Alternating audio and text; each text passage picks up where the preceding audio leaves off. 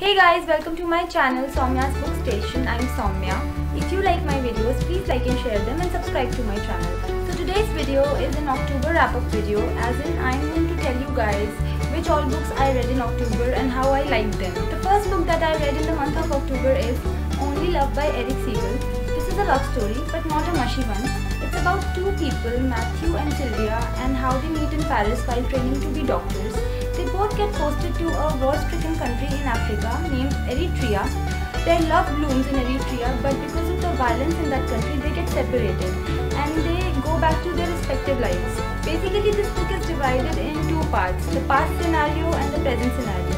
The past scenario talks about Matthew and Sylvia's love story. The present scenario talks about their present lives, wherein Sylvia is married to a very rich man and Matthew is an extremely famous neurosurgeon who is married to his college friend, and how their paths cross again when Sylvia's husband comes to Matthew to get Sylvia operated for a tumor which has been declared inoperable by other neurosurgeons. So basically, Matthew is in a dilemma about what to do because his past is now in front of him and he is facing a myriad of emotions. As for someone like me who is not really a big fan of love stories, I really liked this one because it had a lot of emotions and not the mushy ones. So this book kept me hooked and I loved reading it. Second book that I read in the month of October is Twilight in Delhi by Ahmed Ali. This book is about an upper class Muslim family of Mir Nihal. Mir Nihal has three sons, two out of whom work in government offices and the third one likes to dress up like Englishmen.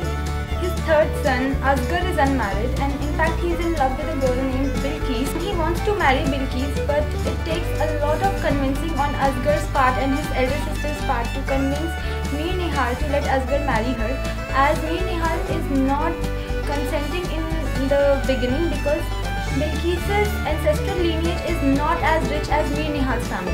But at the end, he reluctantly agrees to the marriage. The book is set in 1911, that is before World War I, so it also involves the ill effects of World War I on middle-class Indians. This book includes a lot of couplets by various famous Urdu poets and writers.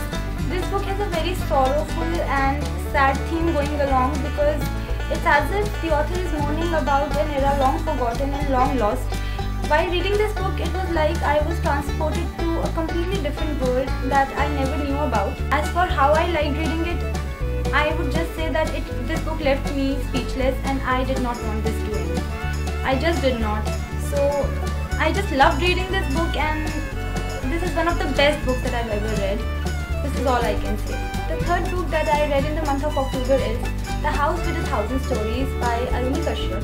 This book is about a boy, Pablo, who lives in urban Assam and he goes to a family wedding in rural Assam in a place named Mayong. So there are a lot of aunts and grandmothers, so there's a general atmosphere of gossip which is very new to Pablo, and also there is an atmosphere of tension generally because of the militants, and army is taking severe measures to stop them. Amidst all this, Pablo meets a girl named Anamika and they form a special bond. As the title suggests, this story is about a house that has a lot of stories, a lot of hidden truths, a lot of secrets that come out when you read this book. As for how I liked reading this book, I must say that the writing style is extremely gripping and the storyline is very different. So I would say this book is hauntingly beautiful actually. It was a new experience reading it. The fourth book that I read in the month of October is One Indian Girl by Chetan Bhagat. Well, I won't say much about this book. It's about a girl named Radhika and about her life, about her ex-boyfriends, about her love life. And she's an investment banker. I did a detailed review of this book.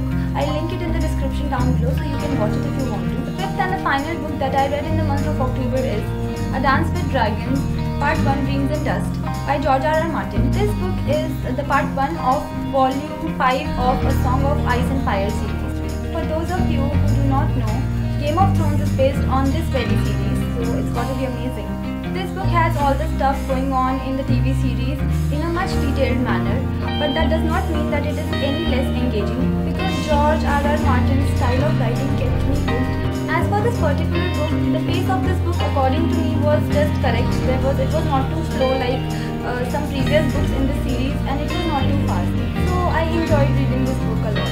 So these these were the 5 books that I read in October. Let me know which all books did you read in October, and if you want me to do a review of any of these books, do let me know in the comment section below.